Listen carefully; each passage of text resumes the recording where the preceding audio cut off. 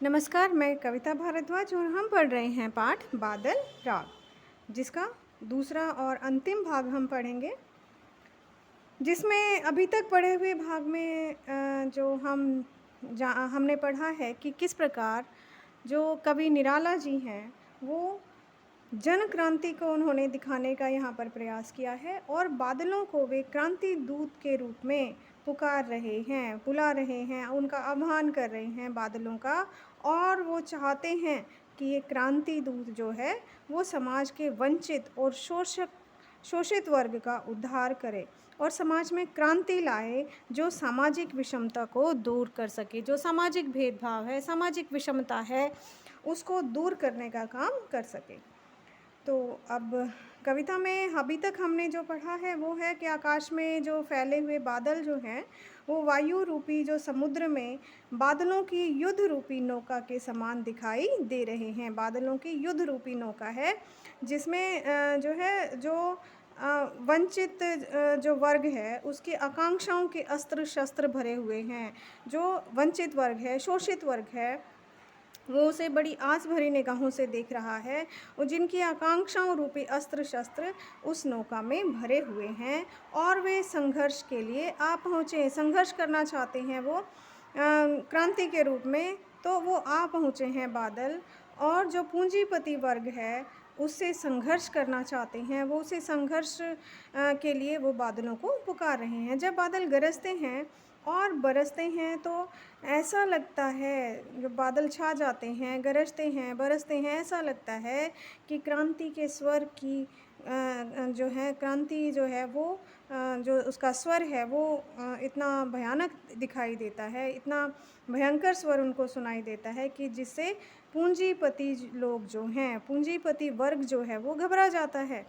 कि जैसे बड़े बड़े योद्धा जो हैं वो वज्र से भयभीत हो जाते हैं। वज्र मैं आपको बता चुकी हूँ, ये जो सबसे खतरनाक अस्त्र है वज्र, तो उससे घबरा जाते हैं। और जो शोषित वर्ग है, निम्न वर्ग है, जिस पर जो पूंजीपतियों ने शोषण किया है, शोषित वर्ग जो है वही इस क्रांति से लाभान्वित होता है। कि जिस प्रकार छोटे पौधे जो हैं, जब वर्षा की बारिश आती है, बादल छा जाते हैं, तो जो छोटे पौधे हैं वो प्रसन्न हो जाते हैं। यहाँ छोटे पौधे किसका प्रतिनिधित्व कर रहे हैं? उस वर्ग का प्रतिनिधित्व कर रहे हैं जो वंचित है, शोषित है, जिस पर अत्याचार हुए हैं। तो ऐसे वर्ग का प्रतिनिधित्व कर रहे हैं छोटे पौधे, जिनके माध्यम से कवि जो है ये दिखाने का प्रयास कर रहा है कि जो निम्न वर्ग है उस पर क्रांति का कोई असर नहीं होता, बल्कि वो क्रांति के आने से प्रसन्न होते हैं, उनको नए जीवन की आशा मिलती है। और क्रांति का पूंजीपति वर्ग पर असर पड़ता है। उनके लिए जो भवन हैं, उनके महल जो हैं, वो एक तरह से वो भी उनको डराने लगते हैं। तो आगे पढ़ते हैं, आइए। अट्टालिका नहीं है रे आतंक भवन, सदा पंख पर ही होता जल प्लावन, शुद्र प्रफुल्ल जलज से सदा छलकता नीर, रोग शोक में भी हंसता है शैशव का सुकुमार शरीर, रुद्ध कोश है शुद्ध कोश तोष। अब यहाँ पर कवि क्या कहते हैं, निराला जी क्या कहते हैं? अट्टालिका नहीं है रे आतंक भवन है। अब अट्टालिका जो है ऊंचे ऊंचे भवन, ऊंचे ऊंचे महल या अटारी भी कह सकते हैं, तो उनके बारे में यहाँ पर कहा गया है। धनी वर्ग का प्रतीक एक तरह से हैं ये।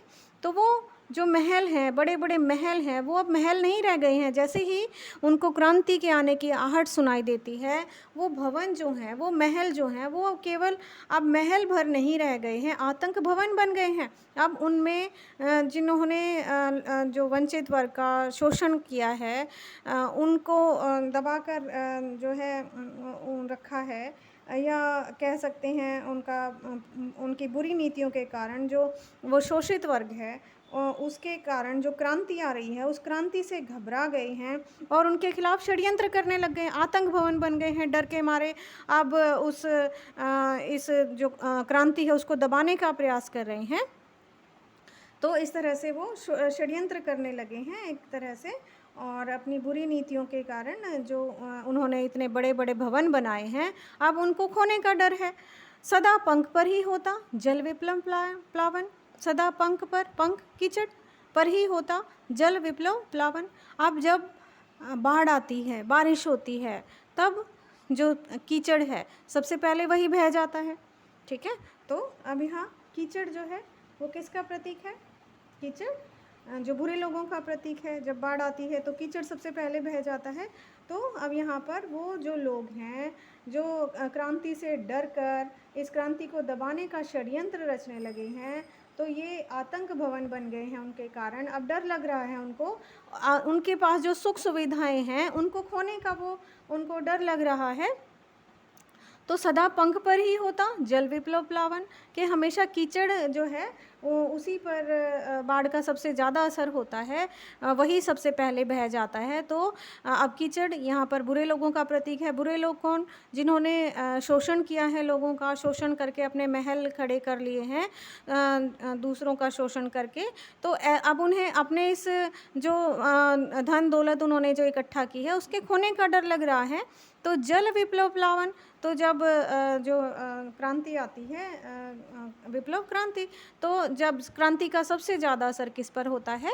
बुरे लोगों पर ही होता है। जैसे कीचड़ पर कीचड़ सबसे पहले बह जाता है, उसी प्रकार क्रांति का असर भी सबसे पहले बुरे लोगों पर ही होता है। शूद्र प्रफुल्ल जलद से सदा झलकता नीर, शूद्र जो छोटे लोग, तो यहाँ पर छोटे लोगों का प्रतीक है, शोषित वर्ग का प्रतीक है शूद्र। प्रफुल्ल जलद से, प्रफुल्ल प्रसन्न हो जाते हैं, जलज से सदा छलकता नीर। अब जलज कमल का फूल जो चिकना होते हैं उसके पत्ते, उन पर जब पानी गिरता है तो वो प्रसन्न हो जाते हैं, उनका और ज़्यादा चमक उनमें आ जाती है। तो उस पर जब पानी गिरता है तो वो और ज़्यादा निखार आ जाता है उसमें। तो इस प्रकार से तो उन पर कभी भी जो कमल का फूल है उस पर कभी भी बाढ़ का असर नहीं होता, पानी उस पर छलकता है और उतर जाता है पानी उस पर से, क्योंकि चिकना होता है। तो इस तरह से जो क्रांति का जो असर है वो केवल किस पर होता है? कीचड़ पर होता है। जो बुरे लोग हैं उसका क्रांति का प्रभाव केवल बुरे लोगों पर ही होता है, जिन्होंने लोगों का शोषण किया है। और अब क्रांति को देखकर वे लोग घबरा रहे हैं, लेकिन जो छोटे लोग हैं जो वो कमल के समान उनको बताया है और उन पर इस क्रांति का कोई असर नहीं होता। वो तो इस क्रांति की आवाज़ को सुनकर खुश हो जाते हैं, प्रसन्न हो जाते हैं। क्रांति के स्वर जब तेज होते हैं तो उनको प्रसन्नता होती है। रोग शोक में भी हंसता है शैशव का सुकुमार शरीर। अब जब वो दुखी भी होते हैं, जैसे छोटा बच्चा है, सुकुमार शरीर, शैशव मतलब बच्चा, जैसे बच्चा है उसका जो कोमल शरीर है, सुकुमार शरीर है, वो बीमार भी होता है या कोई परेशानी है तो दुख होता है उसे, तब भी वो हंसता रहता है। अपने जो परेशानियां हैं वो उनको भूल जाता है, हंसता रहता है, मुस्कुराता रहता है। तो इसी तरह से जो समाज में जो निम्न वर्ग है, जब उसको जब क्रांति की आहट मिलती है तो वो खुश हो जाता है, प्रसन्न हो जाता है, तो क्योंकि उनको अब इस सामाजिक शोषण से मुक्ति मिलने वाली है। रुद्ध कोश है शुद्ध दोष। अब यहाँ पर रुद्ध कोश है कि उनका जो खजाना है वो रुक गया है, कोश उनका जो खजाना है वो रुक गया है, उनमें धन दौलत नहीं आ रही है, तो उनका कोश जो है, खजाना जो है अब रुक गया है। शुद्ध तोष, और उनका जो संतोष है अब वो शुद्ध होने लगे हैं, मतलब दुखी हो गए हैं, संतोष उनका जवाब देने लगा है। अंगना अंग से लिपटे भी आतंक अंक पर कांप रहे हैं।